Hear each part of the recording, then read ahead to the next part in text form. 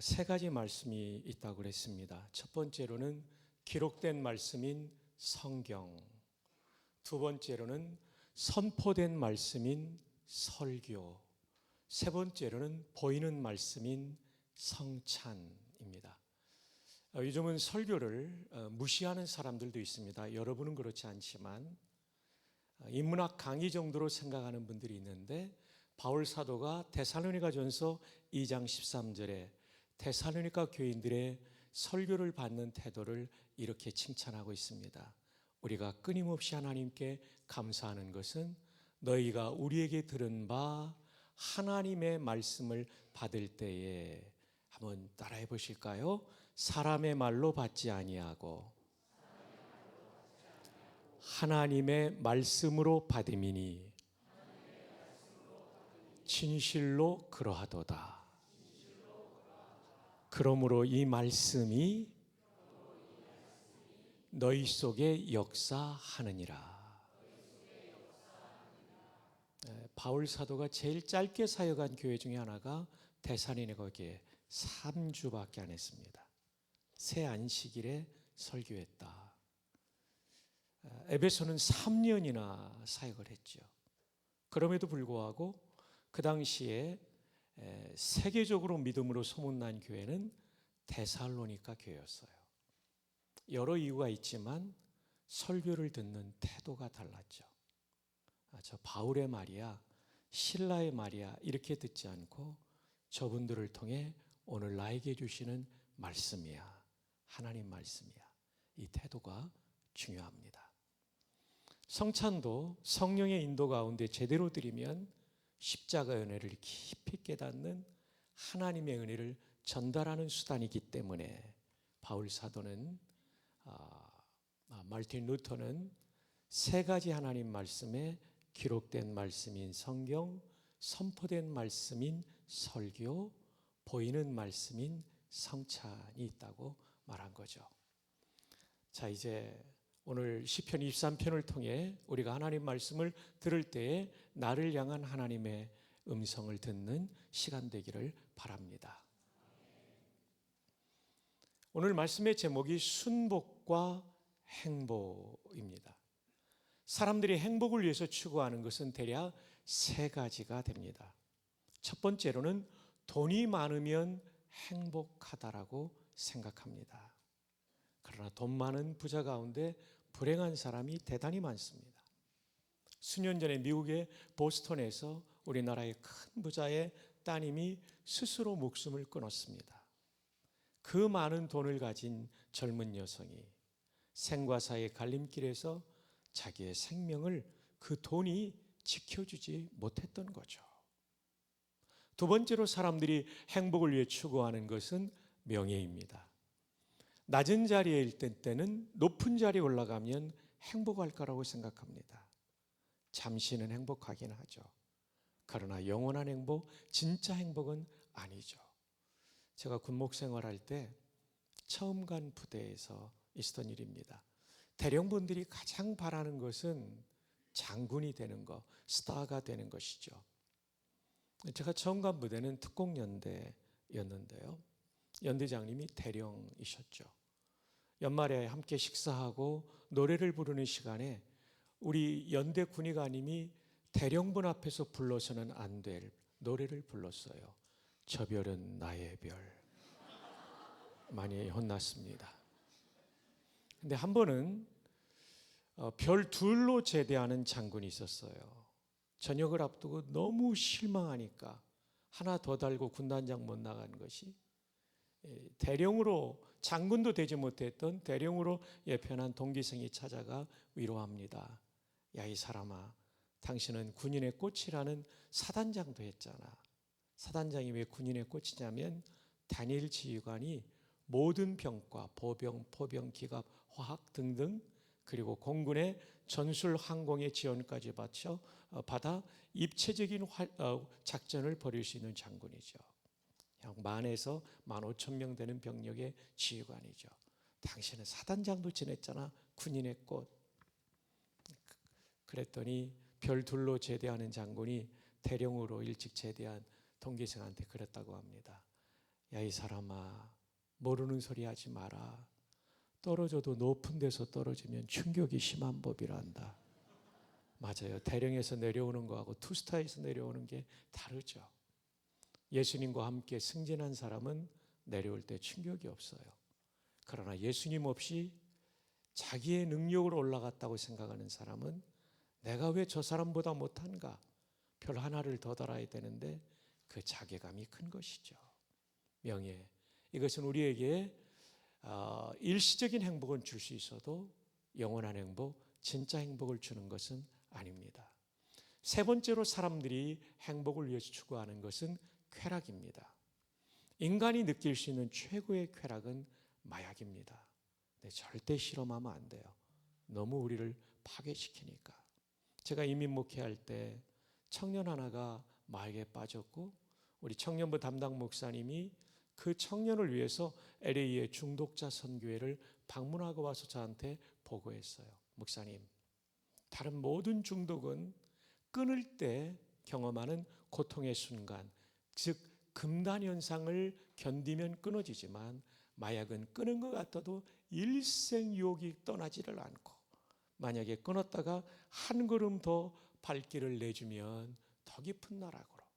그래서 인간이 느낄 수 있는 최고의 쾌락을 주는 마약 중독자의 결론은요, 몸의 배설 기능이 통제되지 않는 지저분한 삶, 그리고 정신적인 환청과 환상, 환청이 들리고 환상이 보이는, 그래서 정신적인 프로블렘으로 인생을 마치게 되죠. 사랑하는 여러분, 인간이 느낄 수 있는 최고의 쾌락이 인간을 가장 비참하게 파괴시킨다는 것을 보여드렸습니다. 사람들이 행복을 위해서 추구하는 세 가지, 돈과 명예와 쾌락, 사실 이것은 진짜 행복일 수 없음을 보여드린 거죠. 그런데 오늘 본문 1절에 다윗이 일생을 살고 일생의 황혼역에 기록한 이 성경에 다윗이 어떻게 행복했는지를 우리에게 가르쳐주고 있습니다. 1절 함께 읽어볼까요? 시작. 여호와는 내게 부족함이 없으리로다. 부족이라는 말도 부정의 의미고 없다도 부정의 의미니까 이중 부정은 강한 긍정이죠. 부족함이 없다는 얘기는 만족하다, 행복하다는 거죠. 왜요? 여호와는 나의 목자시니. 사실 다윗은 굉장한 부자였습니다. 역대상 29장에 보면 28절에 다윗이 죽어요. 그는 죽기 전에 3절, 4절, 5절 이 어간에 보면 자기 자신의 재산을 성전을 건축하는 헌금으로 바칩니다.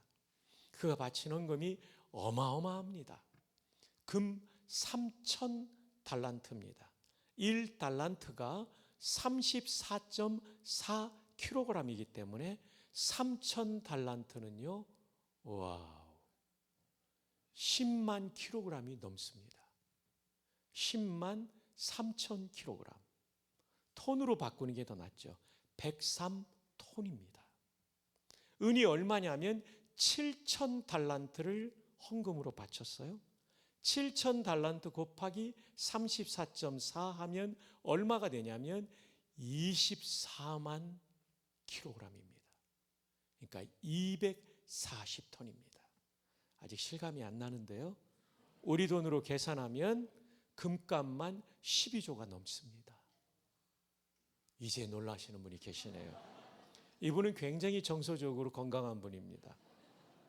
놀라지도 않는 분들은 나도 그 정도는 있어요라고 생각하는 분들 같아요. 은값까지 다 하면요 거의 13조에 육박합니다.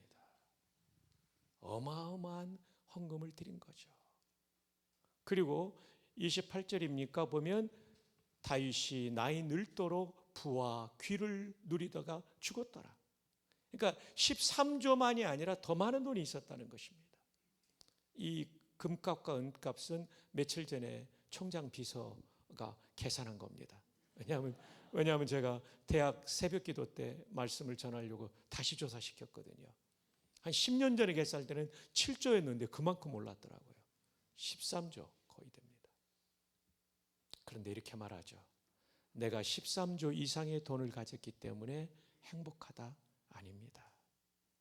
여호와 그 하나님을 내 인생의 목자로 모시니까 부족함이 없으리로다. 다윗은요 대단한 명예를 가졌던 사람입니다. 티네이저 때 골리앗 장군과 싸움에서 승리했잖아요. 전쟁 영웅, 구국의 영웅이 되어서 돌아왔던 사람이죠. 뿐만 아니라 우리가 사무엘 하에 보면 그가 왕이 된 다음에 얼마나 많은 전투에 나가 각 나라들을 복속시키고 조공을 받습니까? 이스라엘 역사상 광개토 대왕이 다윗 왕입니다. 솔로몬이 아닙니다. 솔로몬은 두로왕 히람이 성전 건축을 도왔기 때문에 갈릴리 북부의 성읍, 지금으로 말하면 도시 20개를 떼줬거든요. 다윗 왕이 광개토 대왕이었어요. 그래서 그는 엄청난 명예를 가지고 있었지만 내가 이렇게 어마어마한 역사상, 이스라엘 역사상 최고의 명예를 가진 왕이 되었기 때문에 부족함이 없다? 아닙니다. 여호와는 나의 목자시니 내게 부족함이 없으리로다. 다윗은 왕으로 40년 제위하는 동안 좋은 음식과 좋은 옷과 그리고 수많은 비빈을 거느렸지만 그 쾌락이 인생의 허물을 이긴 게 아니죠. 여호와는 나의 목자시니 내게 부족함이 없으리로다. 그러면 여호와라는 하나님의 이름은 어떤 뜻을 가지고 있을까요?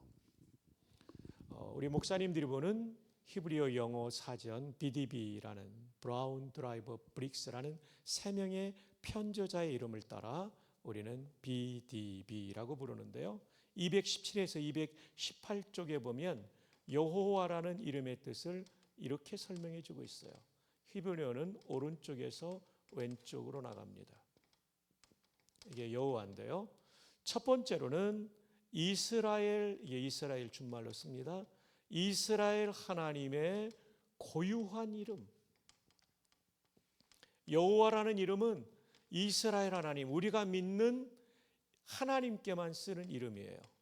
보통 우리가 하나님이라고 하는 단어는 히브리어로 엘로힘이라고 합니다. 엘로힘은 역시 오른쪽에서 왼쪽으로 나가죠. 이 엘로힘은 우리가 믿는 하나님께도 쓰지만 이방 신 할 때도 엘로힘을 써요. 우리 하나님에 대해서 번역할 때는 이 엘로힘을 우리말로 하나님이라고 번역해요. 근데 이방 신을 가리킬 때는 그냥 신 이렇게 할 때 엘로힘 같이 쓸 수 있어요. 그러나 여호와라는 이름은 우리가 믿는 하나님께만 쓰는 고유한 이름, 프라퍼 네임입니다. 두 번째, 이거 여러분 중간고사에 나와요. 여호와라는 이름의 뜻은 어떤 뜻이 있냐면 생명을 주시는 분, 라이프 기버라는 뜻이 있어요. 그러니까 이 하나님을 만나면 죽을 것 같은 사람도 살아나고요. 영혼이 침체된 사람도 부흥을 경험하고요. 그 사울 왕이 죽이려고 쫓아다니는데도 생명을 주시는 여호와가 다윗의 목자니까 다윗이 안 죽은 거예요. 그러니까 오늘 여러분 잘 나오신 거예요. 저를 만나는 게 아니라 여호와 하나님을 만나면 죽을 것 같은 여러분의 인생, 자녀들의 인생도 살아날 줄 믿습니다. 자, 우리 그런 의미에서 옆에 분 졸음을 쫓아주기 위해서 우리 한번 이렇게 축복합시다. 생명을 주시는 분입니다. 세 번째로는 절대적인 분, The Absolute One이라고 나와요, 사전에. 우리 모두는 상대적이죠. 나보다 약자 앞에서는 강어가 같고 어깨 피우고 목에 힘주지만 나보다 강자 앞에서는 고개를 숙일 수밖에 없죠. 우리는 다 상대적이에요. 그런 하나님은 절대적이십니다. 여호와는 그를 이길 자 아무도 없고 그가 해결하지 못할 문제가 아무것도 없는 줄로 믿습니다. The Absolute One이십니다. 절대적인 분. 네 번째, 영원히 사시는 분, Ever Living의 하나님이시죠. 제가 10살 때 아버님이 돌아가셨어요. 가난한 집이었어요. 어머니가 그때부터 새벽기도 시작하셨어요. 살 길이 하나님밖에 없으니까, 여호와밖에 없으니까. 그래서 제 어머님이 새벽기도 갔다 오면 저희 6남매 안수기도를 하시는데, 제가 외아들이니까 옛날 어른들은 아들에 대한 그게 있잖아요. 제가 1번 타자로 안수기도 받아요. 이런 날씨는 괜찮은데 추운 겨울날 교회까지 걸어갔다 걸어오시는데 한 30분 이상 걸리니까 그 손이 얼마나 차겠어요. 와, 여러분, 제 이마에 닿는 순간 정신이 번쩍 났던 기억이 나요. 저는 그 기도가 효력이 있는지 몰랐어요. 10년이 지나고 20년이 지나도 저희 집은 별로 좋아지지 않았어요. 30년이 지나니까요, 안수기도 받은 그 아들의 인생에 하나님께서 길을 쫙 열어주시더라고요. 재작년에 어머님 돌아가시고 제가 작년 총장 선거에 당선이 됐어요. 경선에. 그때 제가 느낀 게, 어머님은 천국으로 이민 가셨지만 그 기도를 들으신 여호와는 영원히 사시는 분이기 때문에 지금도 아들의 생애에 응답하시는구나. 여러분, 연세 있으신 어르신들, 여러분이 이 예배당에서 눈물 흘리며 하나님께 올려드린 기도는 여러분이 천국으로 이민 가도 응답될 줄 믿습니다. 다섯 번째로는 스스로 존재하시는 자존자, 피조물이 아니십니다. 자, 여기서 여러분이 기억하셔야 될 것은, 시험 문제를 낸다면 괄호넣기 2번, 3번, 4번을 이렇게 외워 쓰라고 할 거예요. 시험을 안 치지만 우리 한번 이렇게 해보면 어떨까요? 제가 여호하면 2번, 그 다음 또 여호하면 3번, 그 다음 또 여호하면 4번 외쳐주시는 거예요. 준비됐나요? 와, 굉장히 훌륭하신 주일학교 선생님들이세요. 이렇게 반응 잘하는 교회도 흔치 않습니다. 전 목사님, 너무 좋은 교회입니다. 자, 합니다. 여호와, A 플러스입니다. 여호와, A 플러스입니다. 여호와. 예, 이분이 내 인생의 목자면 부족함이 없어요. 이 얘기는 고난이 없다는 얘기도 아니에요. 고난이 있어요. 근데 마침내 이겨요. 사람들은 내가 망했다고 생각하는데 망한 것 같은데 다시 일으키세요. 그 과정을 통해서 더 깊어지게 만들고, 더 하나님을 의지하게 만들고, 그리고 새로운 길을 여시는 것이에요. 저도 이 찬양 많이 불렀어요.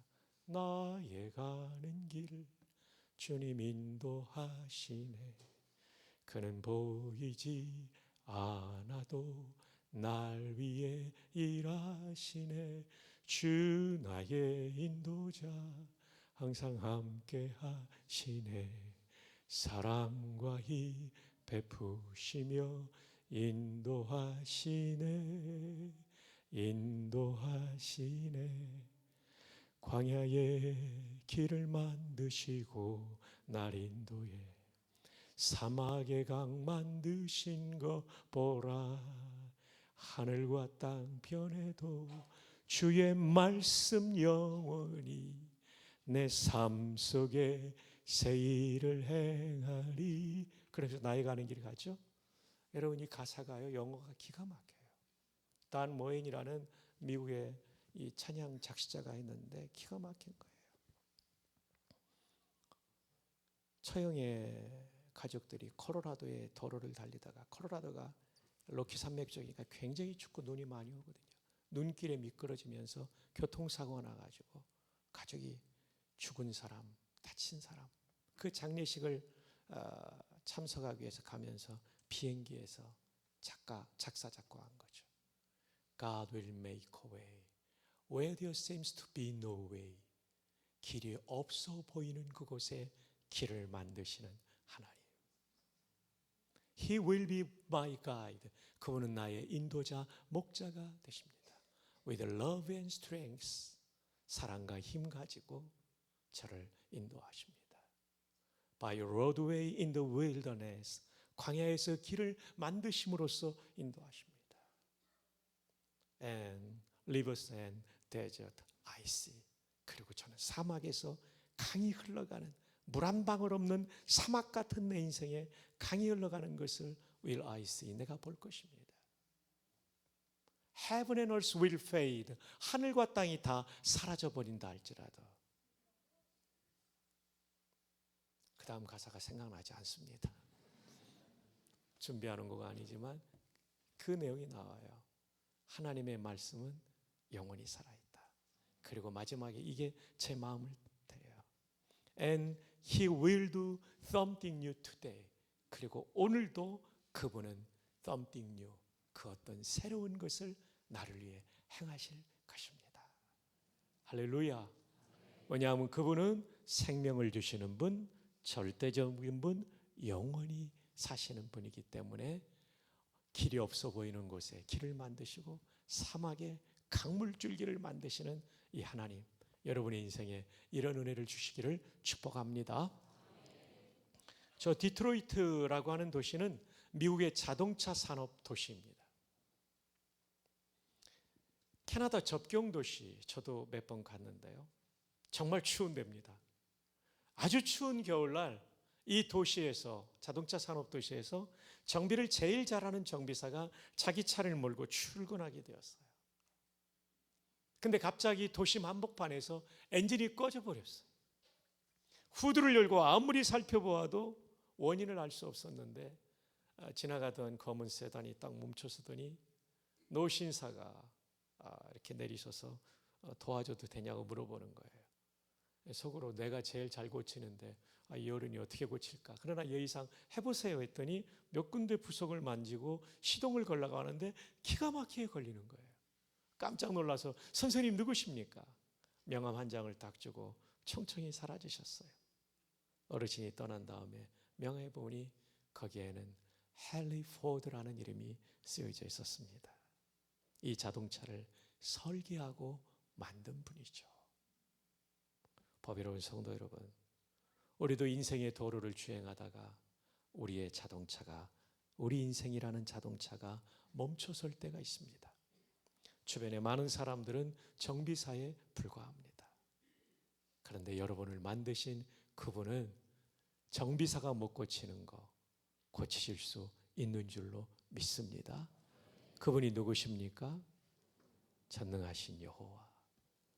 시편 139편 13절에 오면 우리도 하나님이 만드셨다고 말합니다.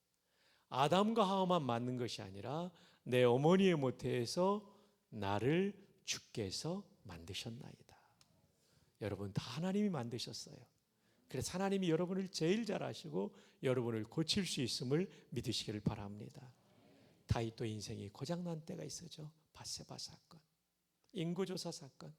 그분이 찾아와 그를 고쳐주심으로 그는 인생을 다시 달려갈 수가 있었던 것입니다. 그의 인생에 베풀어 주신 수많은 은혜와 나를 고쳐주신 은혜를 기억하면서 1절을 쓴 것입니다. 인생의 황혼역에 여호와는 나의 목자시니 내게 부족함이 없으리로다.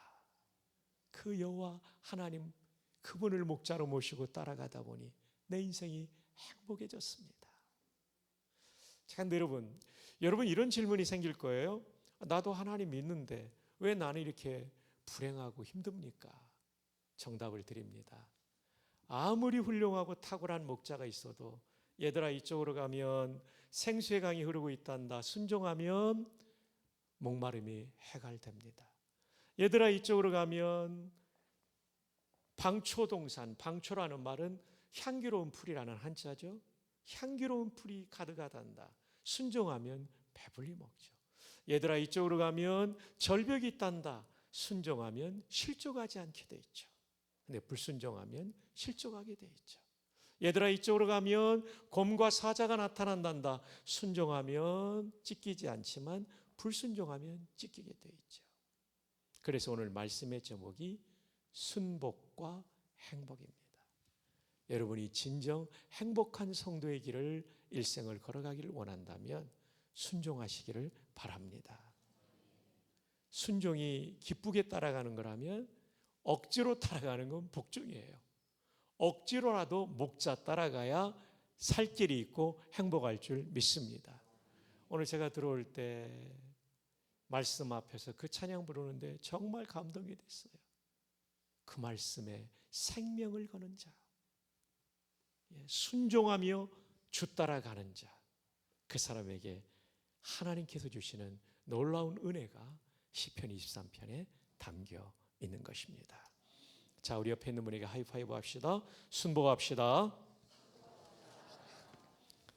최근에 하나님께서 감동 주셨는데 순종하지 않는 것이 있다면 오늘 밤 순종 복종하기를 결단하기를 주님의 이름으로 축복합니다. 자, 그럼 이렇게 순복했더니 어떤 은혜를 주셨을까요? 2절이 그 첫 번째, 1절은 서론이고 본론이 2절부터 시작됩니다. 자, 2절 함께 읽어볼까요? 시작. 그가 나를 푸른 풀밭에 누이시며 쉴만한 물가로 인도하시는도다. 저는 이 말씀을 들을 때 이해가 좀 안 됐어요. 그가 나를 푸른 풀밭에 누이시며, 왜 누인다고 하셨을까? 풀밭은 양들에게는 밥이니까 배불리 먹이시며라고 기록하면 훨씬 더 제가 이해하기가 좋을 텐데, 잘 몰라서 새벽기도 때 하나님께 여쭤봤어요. 하나님, 왜 먹이시며라고, 배불리 먹이시며라고 기록하지 않고 누이시며라고 기록하셨습니까?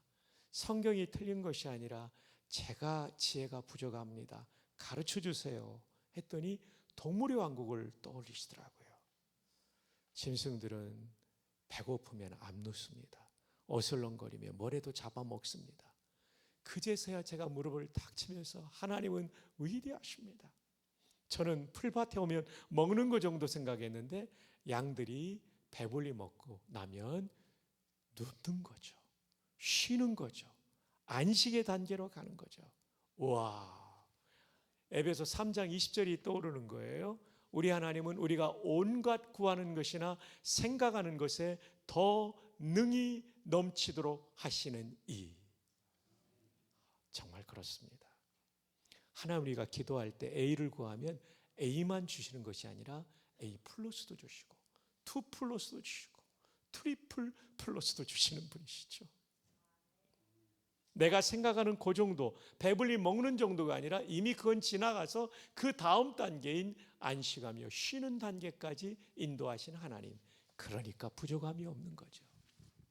내 지혜만, 내 생각만, 내 계획대로만 된다면 그것은 진정한 행복이 아니에요. 하나님은 항상 그것을 넘어서는 은혜를 우리에게 주십니다. 1986년도 저는 신대원 졸업반이었고요. 광화문에 있는 내수동 교회라는 좋은 교회에 대학부를 지도하고 있었습니다.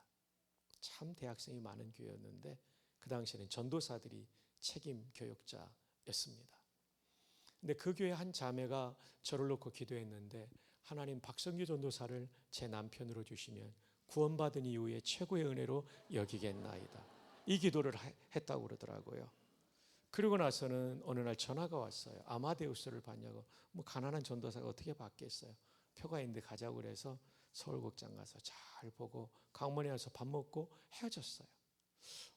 저보다 2살 연상의 누님인데 그때는 연상 결혼이 별로 없을 때인데 나도 이분을 좋게 생각하는데 결혼 상대로는 생각을 안 했는데 이게 일종의 데이트인데 저분이 허튼 분이 아닌데.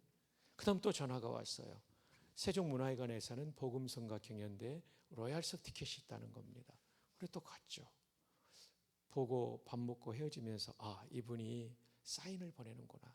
여성이 프로포즈를 할 수 없으니까 내보고 하라는 거구나. 제가 기도하니까 이 정도 여성이면 목사 아내로 괜찮겠다는 생각이 들어서 다음엔 제가 불러내서 식사하고 그리고 덕수궁 돌담길을 돌면서 제가 프로포즈를 하게 됩니다. 그때 마침 가로등도 별로 없는 지역인데 뭔가 콘크리트 구조물이 있어 안 쳤는데 나중에 보니까 거기가 쓰레기통이었는데 냄새는 나지 않았어요. 밝을 때 가보니까 쓰레기통이더라고요. 그때 뭐 긴장을 해가지고 프로포즈를 해야 되니까 뭐 아무 생각이 없는 거죠. 제가 어떻게 프로포즈 했냐면, 누님, 주께서 허락하시면 결혼을 전제로 사귀고 싶습니다. 전도사가 이 여성 저 여성 함부로 만나면 안 되잖아요. 결혼을 전제로 사귀고 싶습니다. 그랬더니 깜짝 놀라더라고요. 저는 실수한 줄 알았어요. 이 누님이 그 생각이 오는데 내가 앞서갔구나.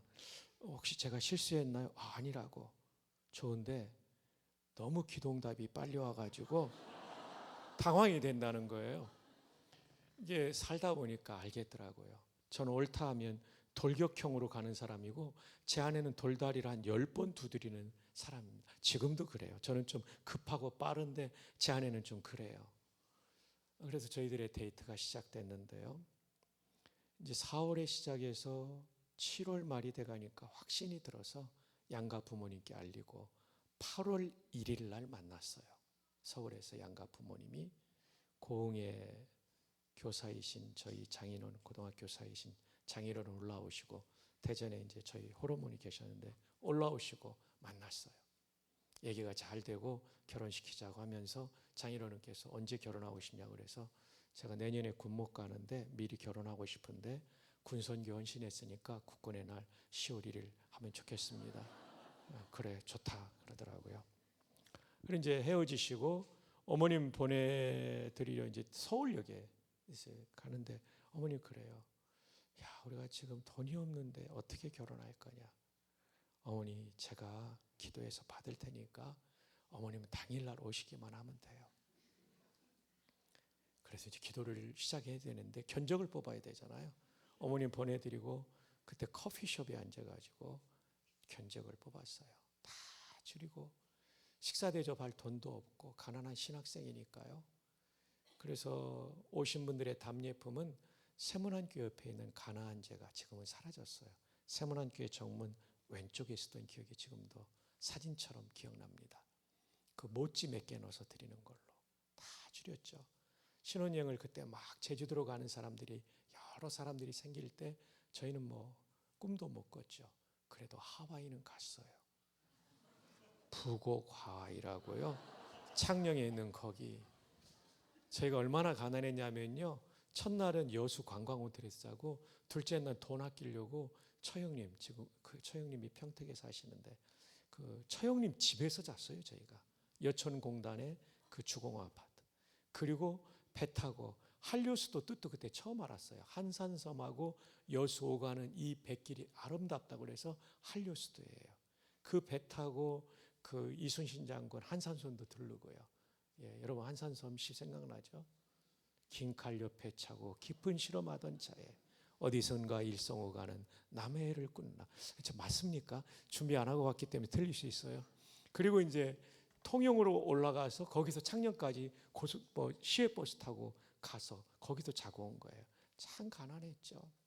그래가지고 이제 아내랑 뽑으니까 150만 원이면 신랑 측은 되고 또 집은 군목 가기 전까지 처형집에서 살기로 하고 6개월만 살면 되니까 그리고 이제 신부 측은 좀 더 했죠. 결혼 60일 전쯤, 약 정확하게 하면 61일 전쯤일 거예요.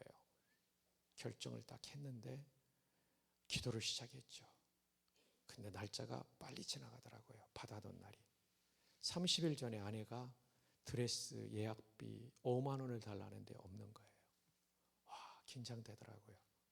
30일이 이렇게 빨리 지나가는데 남은 30일도 빨리 지나갈 텐데 이러다가 진짜 아무 돈이 없으면 결혼식을 어떻게 하나. 하나님께 매달렸죠. 하나님, 전도사가 부도서 펴내면 안 됩니다. 좀 도와주십시오. 평생 이 은혜 잊지 않겠습니다. 그 기도를 하고 왔는데 교회에 한 사람이 찾아왔어요. 전도사님 결혼에 보태드리고 싶은 마음으로 드리고 합니다. 축복기도 하고 제가 불이나 열어봤는데 광화문 지점 상업은행 광화문 지점 수표가요. 지금도 잊히지 않아요. 10만 원권이 20장이 있더라고요. 저는 150을 구했는데 50만 원 더 주신 거예요. 순간 후에는 250 구했으면 300 받는 건데 했다가 회개를 했죠. 욕심이니까요. 50을 왜 더 줬는가 생각해보니까 바로 답이 오더라고요. 그때 신대원 등록금이 50만 원이었어요. 3학년 2학기 마지막 등록금. 그 군목 가서 이제 갚으려고 했는데 그것까지 해결해 주셔서 잘 지금까지 지내고 있습니다. 제 인생에 잊을 수 없는 시편 23편 2절이죠. 풀밭에 배불리 먹이는 정도가 아니라 내 생각보다 뛰어난 방식으로 인도해 주시는 거죠. 오늘 우리의 인생에도 각종 결핍이 있겠지만 기도하는 가운데 풀밭에 누이는 단계까지 인도하시는 응답을 받으시기를 축복합니다. 여호와는 나의 목자시니까 순종하며 기도하면 이 은혜를 주십니다. 자, 이제 우리 3절로 가볼까요? 3절 다 함께요. 내 영혼을 소생시키시고. 하나님은 이방신과 다른 점이 있어요. 그분에게 충성한다고 다 인정하는 게 아니라는 겁니다. 하나님을 닮은 존재가 되기를 원합니다. 내가 거룩하니 너희도 거룩할지어다. 성령의 열매, 그렇죠? 그리고 산상수훈의 그 인격, 예수님 닮은 인격을 원하는 거죠. 자기 이름을 위하여, 그분의 영광을 위하여 우리를 의의 길, 의의 반대는 불이 곧 죄짓는 길입니다. 죄짓는 길에서 우리를 죄짓지 않는 길로 인도하시는도다.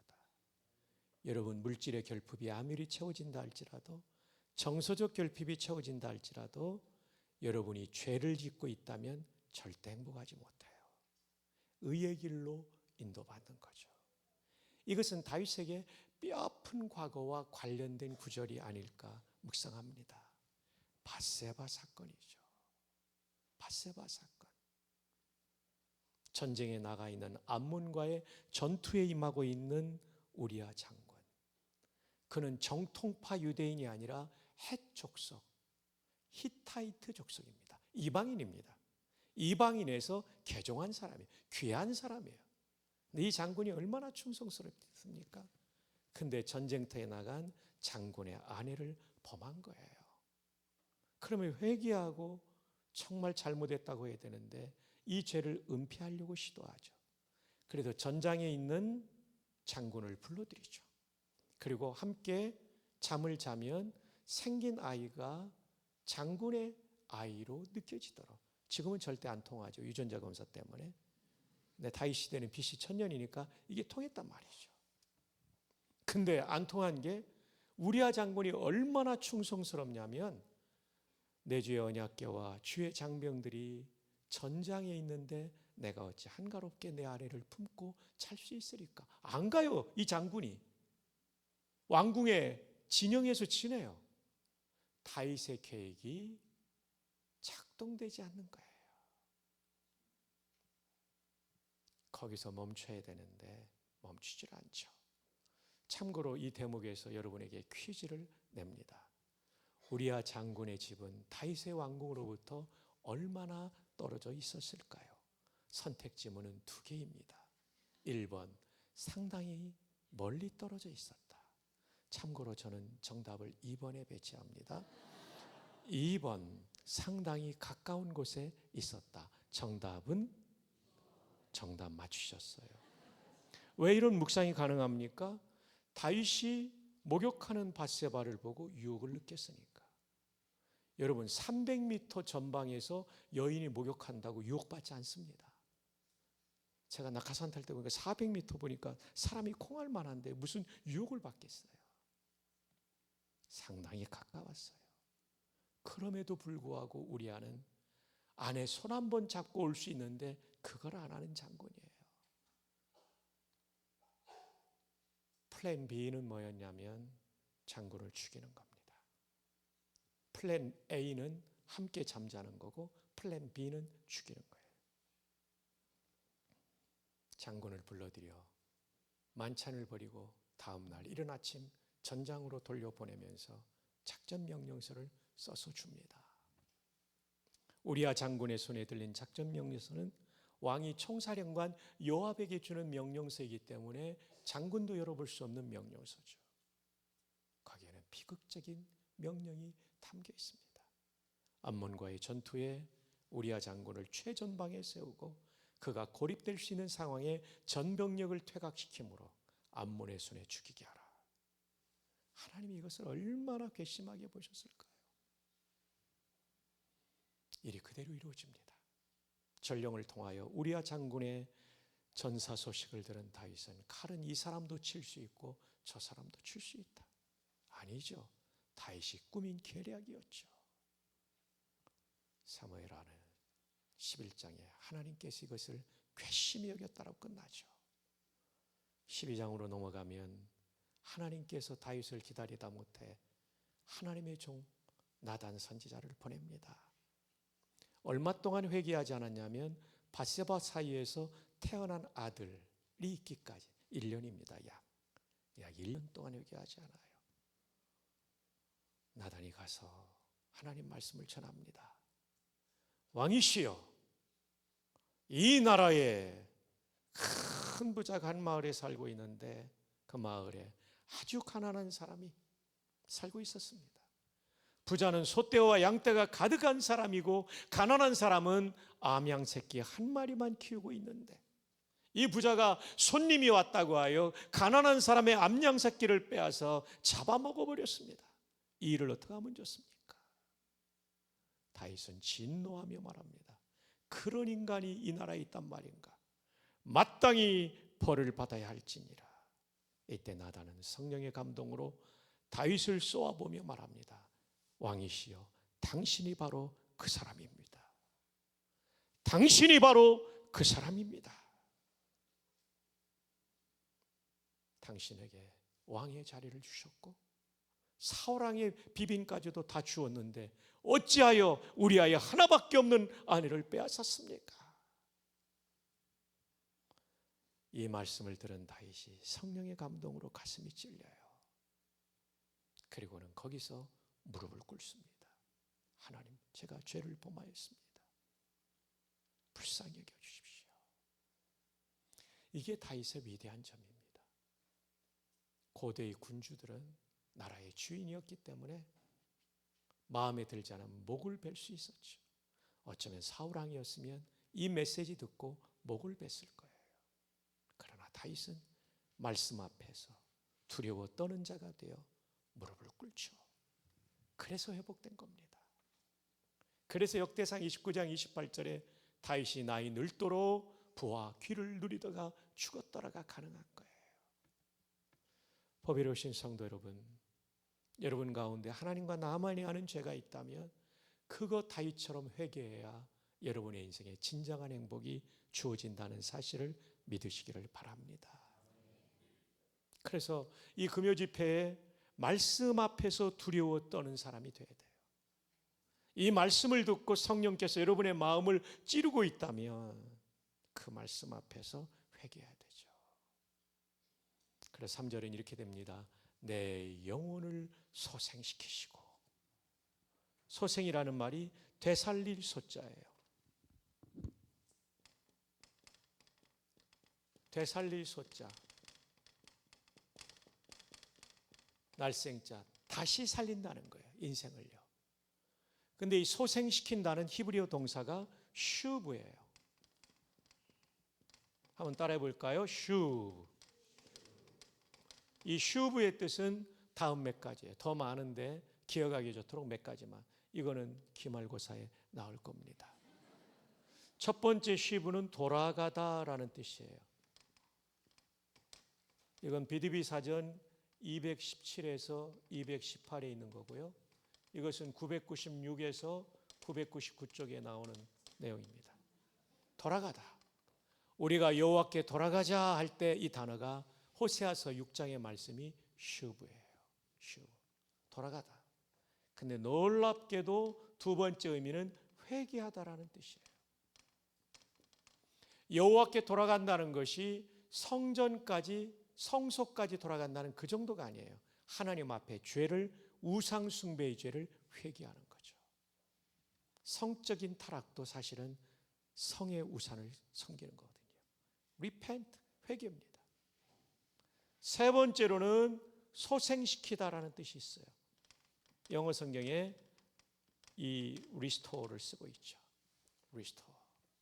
네 번째로는 놀랍게 부흥시키다라는 뜻이 있어요. 전부 RERE로 시작되죠. 외우기도 쉬워요. 이거 기말고사에 나오는 거죠. 그래서 쉬워서. 내 영혼을 소생시키시고, 이게 뭐냐면 나로 하여금 돌아오게 하시고, 죄의 길에서 돌아오게 하시는 거죠. 다윗이 안 돌아오니까 나단을 통해서 보내시는 거예요.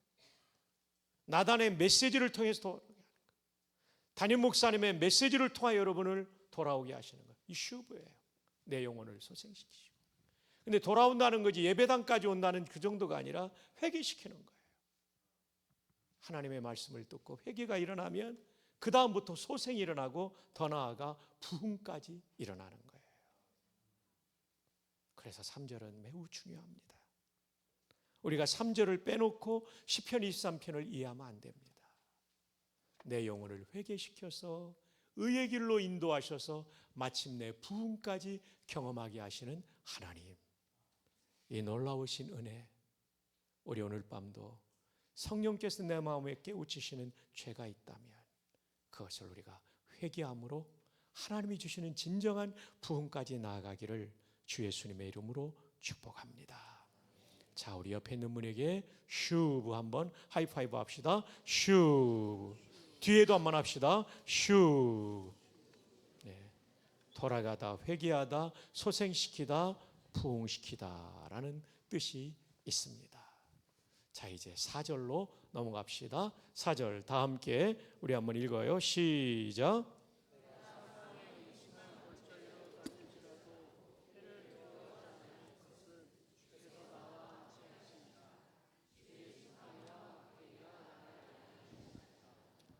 내가 사망의 음침한 골짜기로 다닐지라도, 이게 시편이니까 시적인 표현으로, 수사학적인 표현으로 이해하시면 안 됩니다.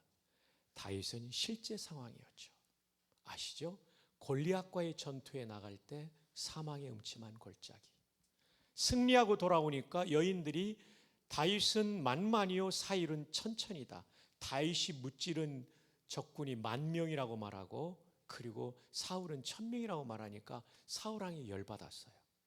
죽이려고 막 단창을 2번인가 던지죠. 사망의 음침한 골짜기입니다. 유효 사거리 안에서 단창이 날아올 때 얼마나 위협을 느꼈겠어요. 도망가니까 3,000명의 병력을 2번이나 풀죠. 다윗을 잡기 위해서.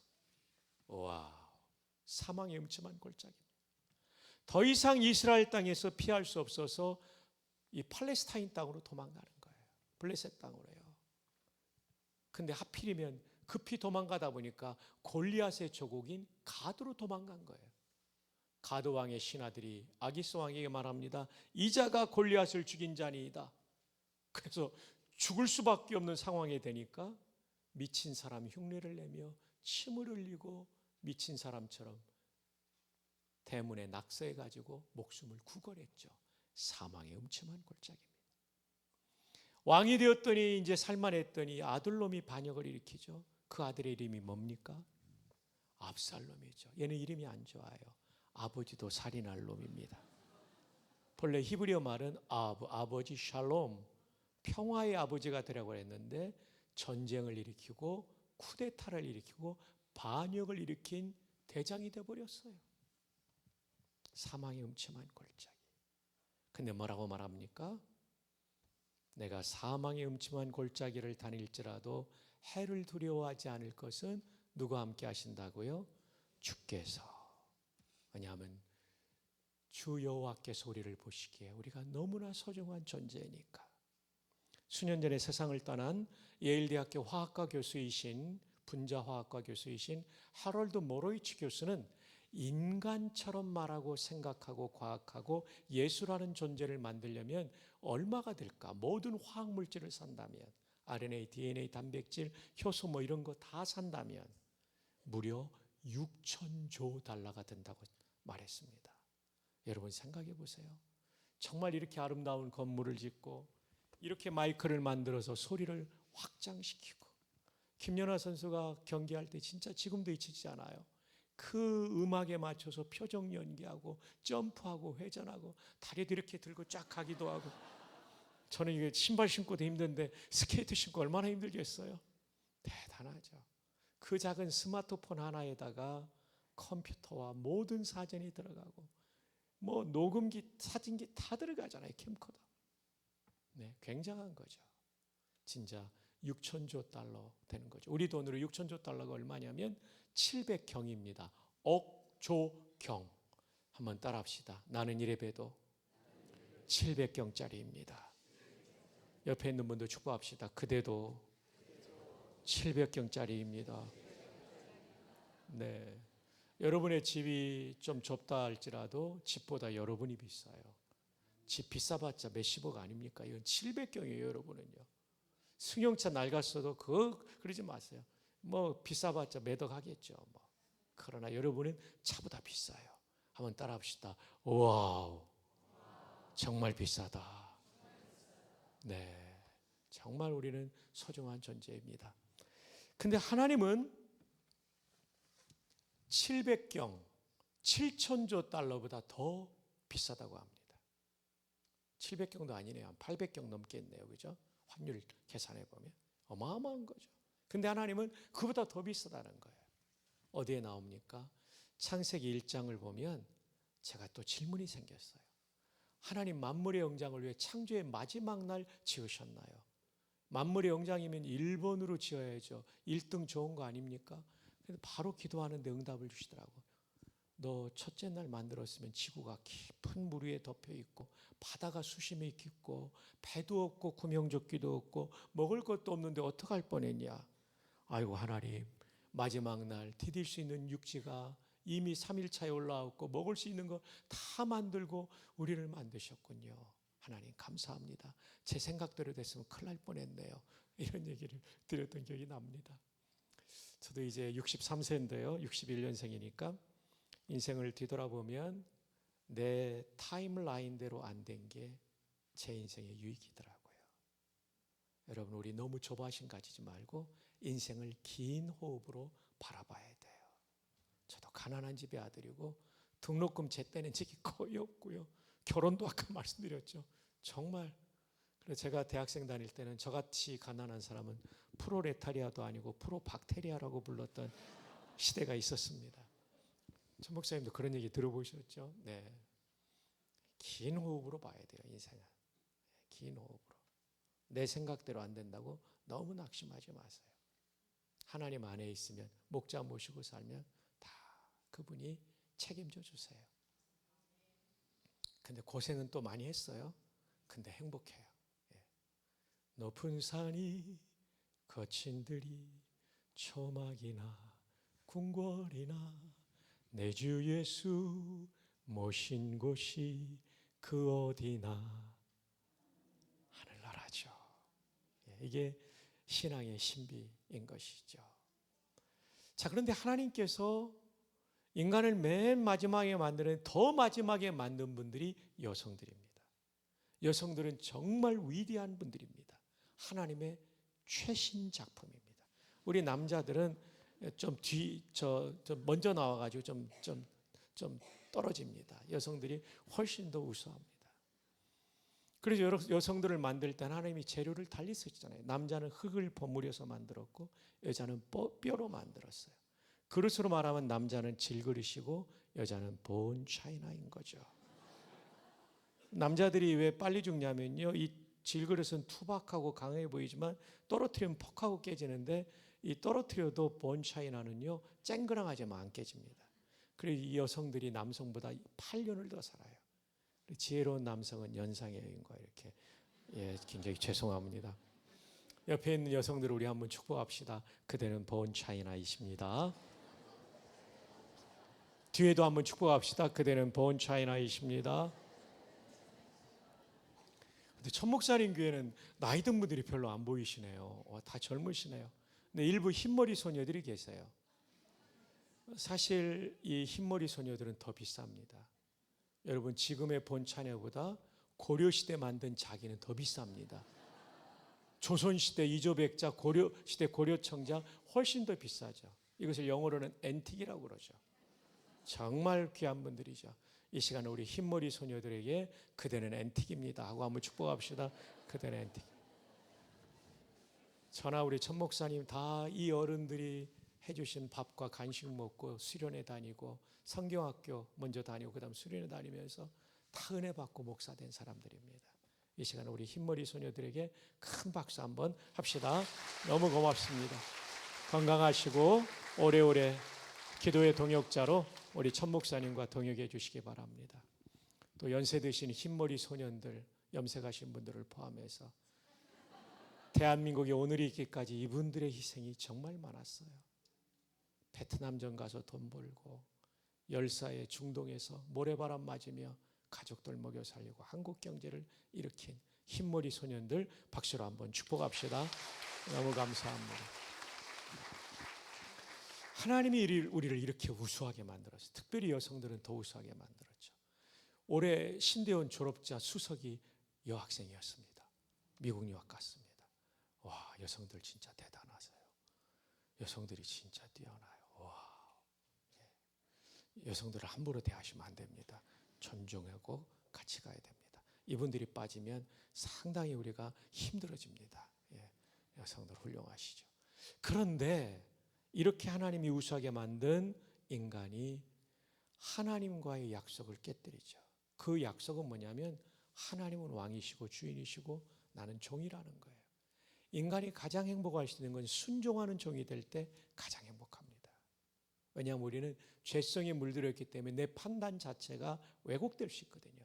하나님 말씀이 가장 선하기 때문에 그 말씀에 순종하고 성령께서 기도할 때 주시는 감동을 따라할 때가 가장 행복하거든요.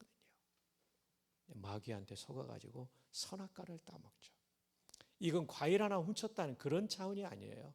하나님과의 약속을 깨뜨리고 왕이신 하나님에 대한 불순종. 우리는 죽는 존재가 되었죠. 정말 제가 하나님이었다면 그냥 없애버릴 수도 있을 거예요. 근데 하나님은 죄 없는 짐승을 잡아 가죽옷을 입혀, 이게 다 십자가 의미죠. 인간들을 다시 살려주시죠. 이게 레위기에 나오는 속죄제사를 통해 이 하나님의 구원의 은총이 베풀어져요. 한 형제가 저를 도와주면 좋겠어요. 지금 하얀색 티 입고 뒤돌아보는 형제, 키 큰 형제, 회색 티 옆에 입을 이렇게 가리고 있는 자매 옆에 앉은 형제 잠깐만 나와주세요. 저를 좀 도와주세요. 네, 잠깐 나오세요. 혼자만 나오면 돼요. 자매는 있고. 제가 구약의 성도인데 하나님의 심판을 받아 죽을 수도 있지만 이쪽으로 오세요. 네, 이렇게 제사장 앞에 갈 때 양 한 마리를 끌고 가야 돼요. 제가 이 형제를 택한 것은 말씀을 정말 잘 들어요. 지금 몇 학년이세요? 중3인데 이렇게. 본래 김정은이 남친 못하는 게 중학생들 때부터 못하거든요. 중학생들이 자의식이 진짜 강해가지고 어디로 튈지 모르기 때문에 못 오는데 중3이 이렇게 잘 듣는 건 이분은 거의 총신대 신대원 와야 될 사람이에요. 일단 총신대 신학과부터 오도록 하세요. 예. 자, 이렇게 또 흰 옷을 입고 와가지고 양털처럼 보여서 자, 이쪽으로 오세요. 네. 장학금 많이 줄 테니까 꼭 오세요. 네. 자, 양처럼 이렇게 한번 숙여주세요. 머리털도 얼마나 많은지 목사하면 잘할 것 같아요.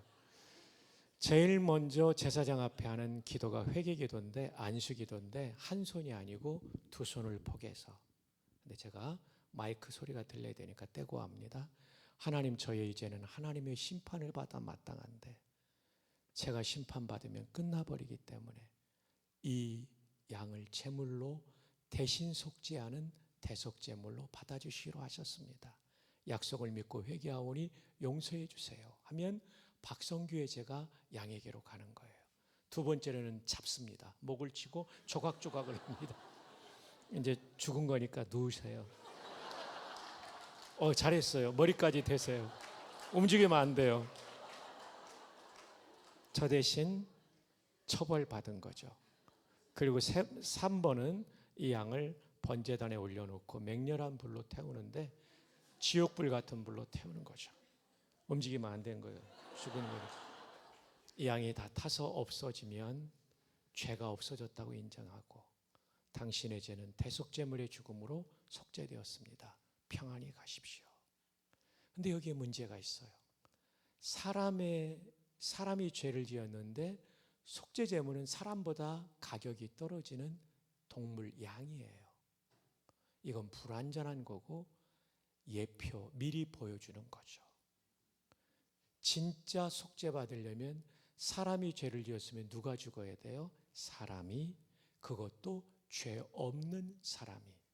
근데 로마서 3장 23절에 모든 사람이 죄를 범하였기 때문에 그 어떤 인간도 대속제물이 될 수 없어요. 어떤 놈도 안 되고 연도 안 되는 거예요. 그래서 하나님이 자기 아들을 보내신 거예요. 죄 없는 완전한 사람으로. AD 325년의 니케아 신조에 따르면 예수 그리스도는 100% 신성을 가지신 참 하나님, 100% divinity를 가지신 true God, 100% 인성, 죄 없는 완전한 인성을 가지신 참 인간, 100% humanity를 가지신 true man이기 때문에 우리를 위한 속죄제물이 될 수 있었던 거죠. 그래서 세례 요한이, 움직이지 마세요. 아직 누워 있어야 돼요. 네. 세례 요한이 예수님을 보면서 그러죠. 보라, 세상 죄를 지고 가는, 그다음 무슨 말이 나오죠? 하나님의 어린 양. 사람의 어린 양은 동물이었고 하나님의 어린 양은 예수님이었죠.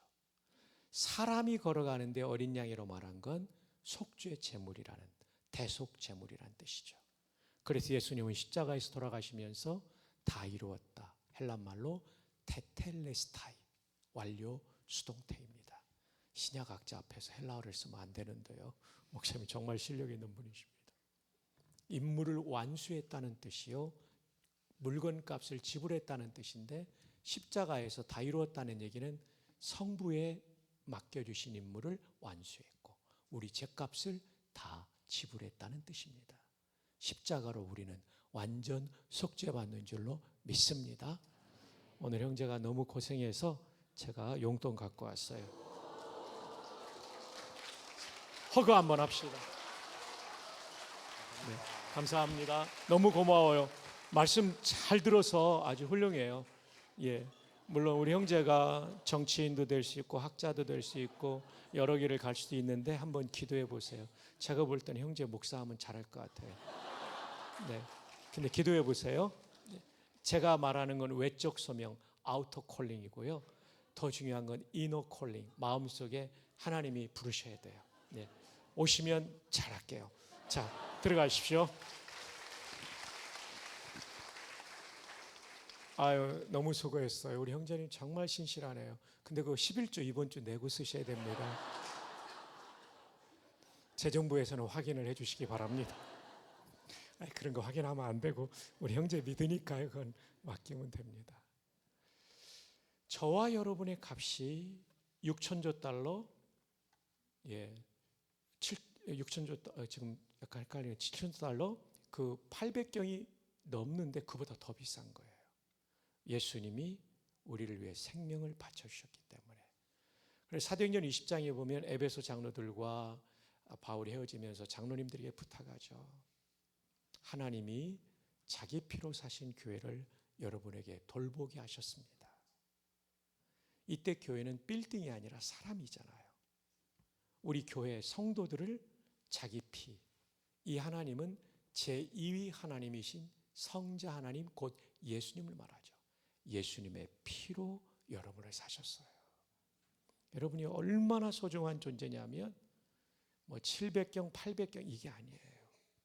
정말 비싸요. 아니, 비싸다는 이 상업용으로 말하기가 미안할 정도 존귀해요. 그래서 시편 16편 3절에 땅에 있는 성도는 존귀한 자들이니 나의 모든 즐거움이 그들에게 있도다. 미안하지만 대통령도 아니고 장관도 아니고 장군도 아니고 예수님을 믿지 않는다면 예수님 믿는 여러분이, 여러 어린이분들이 그렇게 존귀해요. 자, 옆에 있는 분들 남의 아내 빼놓고는 꼭 안아주면서 축복합시다. 당신은 존귀합니다. 네, 예, 이렇게 하이파이브 해도 괜찮아요. 예, 안아주기 힘든 분은 부부신데 앉지 않으셨나요? 예, 부부는 꼭 안아주셔야 돼요. 한 번 더. 자, 당신은 존귀합니다. 부부시면 서로 좀 안아주세요. 존귀합니다.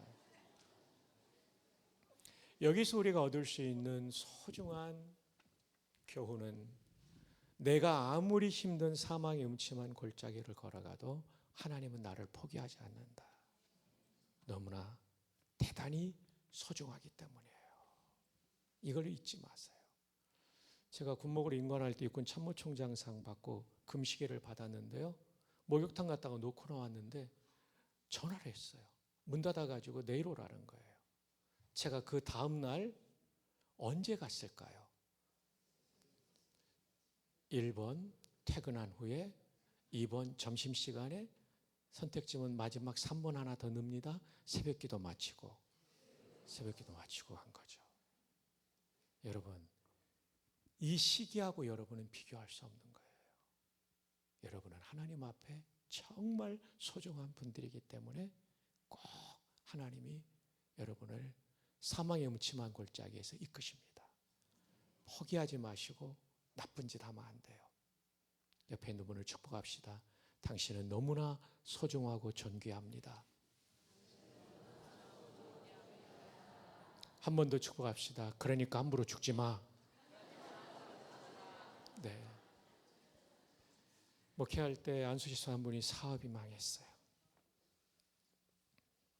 정말 부도가 나니까 참 너무 자존감도 상하고 완전히 막 마음이 실망가니까, 목사님 저 오늘 밤 그냥 하나님 데려가 주시면 좋겠어요.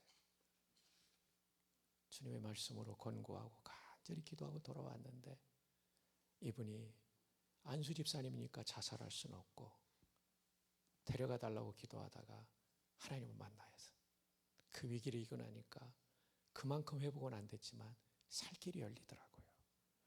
분명히 이 자리에도 죽고 싶은 사람이 있을 수 있어요. 여러분 절대 그러지 마세요.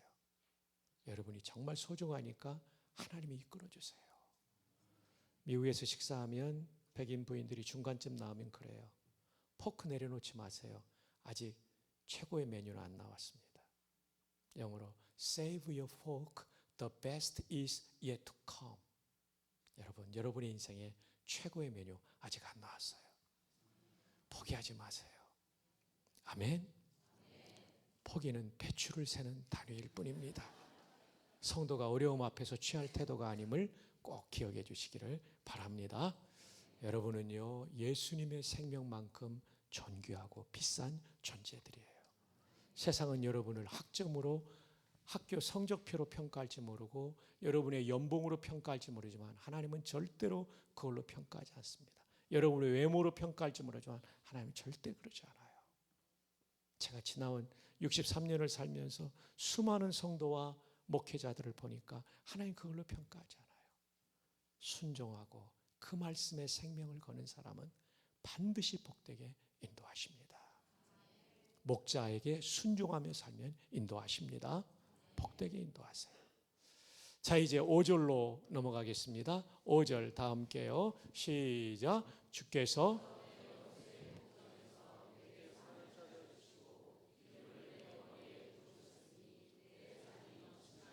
아멘. 원수의 목전에서 밥 한 숟가락 뜨기 어려운데 상을 차려준다? 그냥 성경인 테이블이지만 쉬운 영어 성경 뉴 잉글리시 바이블에는 잔치상이라는 단어를 썼어요. banquet, 잔치상이에요. 차려주시는 거예요. 먹을 수 있게 위기의 순간에 역전을 허락하시는 은혜를 보여주죠. 기름을 내 머리에 부으셨다는 얘기는 어떤 뜻이냐면, 팔레스타인에게 있는 양들에게 고통스러운 건 코파리가 들어가서 알을 낳아놓으면 이게 자라면서 굉장히 가렵고 힘드니까 부딪히다가 상처 입고 환옥이 생기고 이렇게 되거든요. 막는 방법은 날아다니는 파리를 들녘에서 어떻게 다 잡겠어요. 기름을 부어 놓으면 파리들이 날개담에 들어오려고 하다가 딱 붙으면, 기름에 붙으면요, 양이 긴 혀를 이용해서 저는 유감스럽게 짧습니다, 이걸 잡아먹는 거예요. 평안을 누리죠. 성도에게도 공중의 권세 잡은 악한 영들이 우리를 유혹합니다. 다윗이 넘어진 게 성적 유혹입니다. 이 시대는 정말 범람하고 있기 때문에 조심해야 됩니다. 저도 인터넷 서치하다 보면 막 이상하게 옷감 짧은 여자들이 막 나타나요. 이걸 묵상하면 안 돼요. 빨리 넘어가야 돼요. 페이지를 바꿔야 돼요. 이러면 안 된다는 거죠. 스마트폰이 진짜 얼마나 많이 유튜브나 이런 것 때문에 우리 젊은이들을 유혹합니까? 이게 악한 영이에요. 뿐만 아니라 분노도 이게 악한 영의 공격이에요. 에베소 4장에 보면 분노하지 말라고 마귀에게 틈을 주지 말라라고 돼 있잖아요. 미국의 유명한 신학학자는 그런 얘기를 했습니다. 클린턴이라는 탈봇의 신학학자가 있는데, 해가 지도록 분을 품지 말고 마귀에게 틈을 주지 말라는 에베소 4장의 말씀을 가지고 분노의 마감 시간이 있다는 거예요. 여러분, 오늘 가게 문 닫고 오시죠? 이게 마감 시간이잖아요. 클로즈하는 시간. 해 떨어질 때 되면 말하라는 거예요. 분노에게. 분노야, 마감 시간이다. 나가셔. 참 멋진 표현이에요. 분노 때문에 가인이 살인 저지르잖아요. 또 질투심 때문에 사울이 그렇게 변질되잖아요. 이게 다 코파리들, 악한 영들의 공격이에요. 성적 유혹. 이거는 저도 예외가 아니고 천 목사님도 아니고 저 부목사님들 특별히 조심해야 돼요. 너무 잘생겼어요. 절대로 여자 성도와 1대1로 승용차 타고 가면 큰일 납니다. 걸리면 목사님 고발해 주세요. 저한테. 제가 서울서 내려와서 혼을 낼 테니까.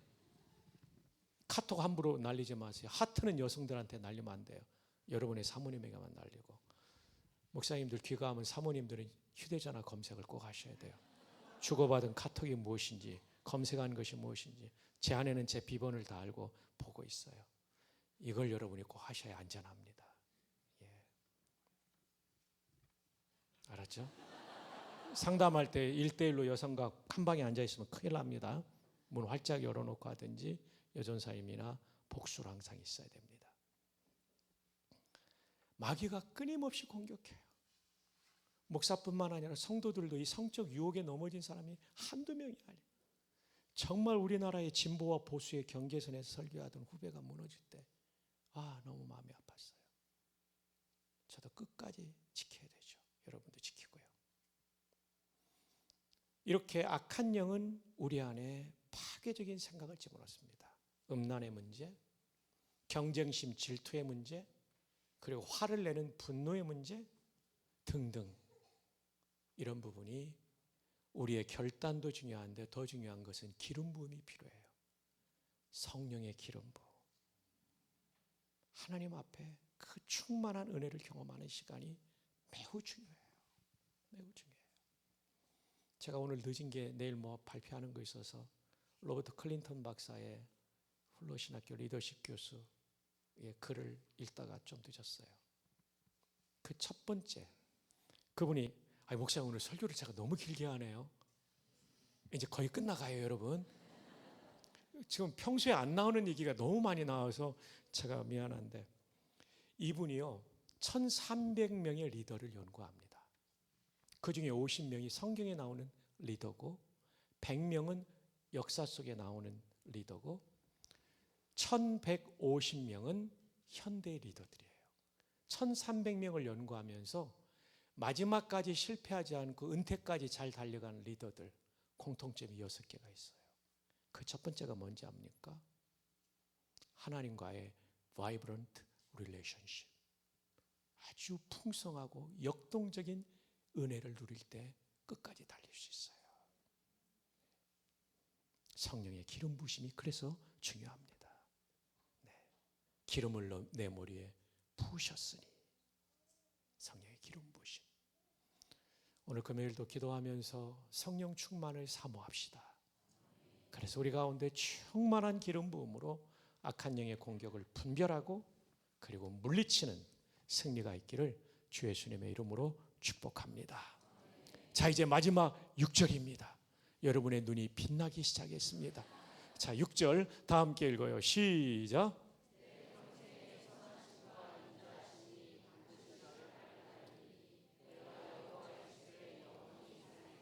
아멘. 영원히 살 수 있는 여호와의 집은 이 땅의 예배당이 아니고 천국의 성전이죠. 거기에 영원히 산다. 이 얘기는 뭐냐면 구원의 확신이 있다는 겁니다. 목사님 공부하신 영국의 유명한 로이드 존스 목사님은 로마서 강의 8장 3절과 4절에 예수님을 구주로 믿으면 구원의 확신이 없어도 구원받지만 구원이 확신이 있을 때 기쁘고 행복하게 신앙생활 할 수 있다. 다윗은요 인생 황혼역에 구원의 확신이 있었어요. 어떤 분들은 지금 죽어도 천국 가요 그러면 그걸 제가 어떻게 알아요? 죽어봐야 알죠. 아니에요.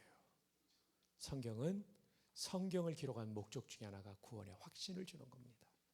요한일서 5장 13절에 내가 하나님의 아들의 이름을 믿는 너희에게 이것을 쓰는 것은 너희로 하여금 너희에게 따라합시다. 영생이 있음을 알게 하려 함이라. 구원받은 걸 알게 한다는 거예요. 어떻게 알고 확신합니까? 성경 말씀이 기록되어 있어요. 너무나 많죠. 그 중에 하나가 요한복음 3장 16절. 다 함께요. 시작. 하나님이 세상을 이는 그를 믿는 자마다 멸망하지 않고 영생을 얻게 하려. 여러분 그분을 믿으십니까? 영생을 얻었습니다. 이렇게 구원을 확신하는 것이죠. 천국에 대한 확신. 요즘은 교회에서 천국에 대한 얘기를 하지 않으니까 김밥집에서 그걸 가져갔어요. 김밥 천국이라고요. 천국을 확신하지 않으면 세속화됩니다. 여기가 전부라고 생각하니까 여기서 다 먹고 마시고 사입고 누리고 싶은 거예요.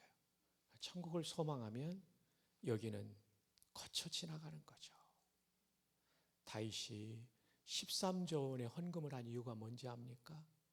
역대상 29장에 보면 15절로 기억됩니다. 14절부터 암송해 드려야 연결이 돼요. 나와 내 백성이 무엇이기에 이처럼 즐거운 마음으로 드릴 힘이 있었나이까. 13조를 드리는데 즐거웠다는 거예요. 또 그 백성들도 그랬다는 거예요. 다윗 시대 모든 것이 주께로 말미암아 싸우니 주의 손에서 받은 것으로 주께 드렸을 뿐이니이다. 11조 받을 때 손을 떨면서 드리는 사람이 있을 거예요. 내 거라니까. 모든 것이 주께로 말미암아 싸우니 주의 손에서 받은 것으로 주께 드렸을 뿐이니이다.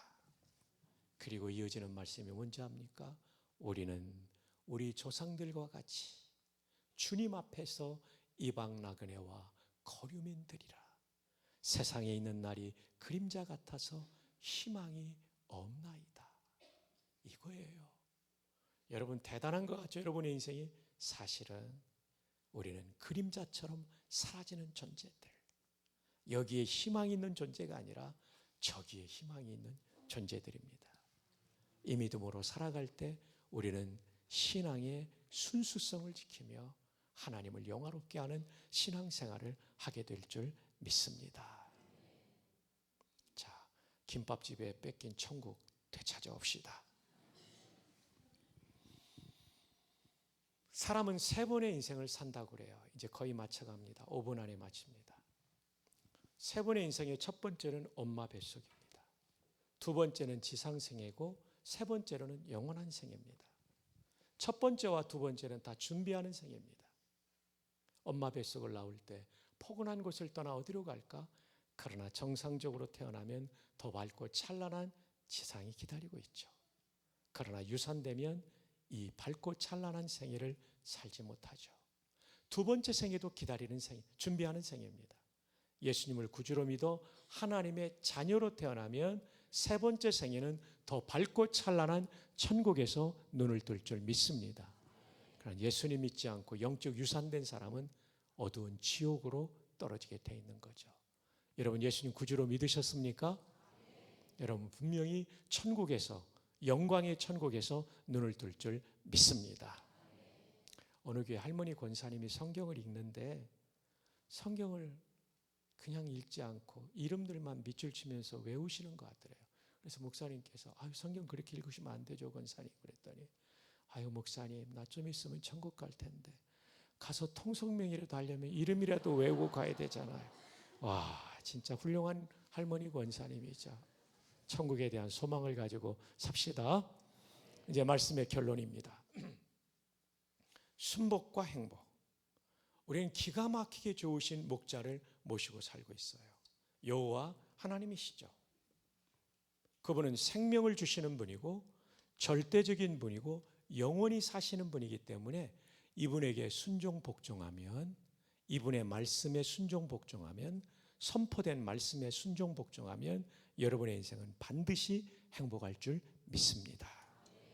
어떻게요? 2절에 풀밭에 먹는 정도가 아니라 넘는 정도까지. 3절에 잘못했을 때 우리를 휴복해 회개케 하셔서 부흥을 주시기 때문에 행복한 거고요. 4절에 우리가 정말 인생의 위기, 사망의 음침한 골짜기로 다닐지라도 그 아들의 피로 구원했기 때문에 포기하지 않고 우리를 마침내 승리케 하시기 때문에 행복한 것입니다. 5번째, 그리고 역전을 만들어 주셔서 원수의 목전에서 잔치상을 받게 하시고, 그리고 내 안에 밀려오는 수많은 악한 영의 공격을 성령의 충만함으로 이기게 하시기 때문에 행복한 것입니다. 마지막으로 우리 분명히 천국 가니까 인생의 가장 큰 공포가 죽음인데 죽음도 이기게 하시니까 우리는 행복한 줄 믿습니다. 오늘 말씀을 기억하시면서 그분께 순종하지 못했던 것 순종하고, 그리고 들은 말씀 중에 담임 목사님 말씀처럼 내 마음에 꼭 와닿는 그 말씀을 붙잡고 기도하면서 여러분의 인생에 시편 23편의 복이 주어지기를 주님의 이름으로 축복합니다. 기도 제가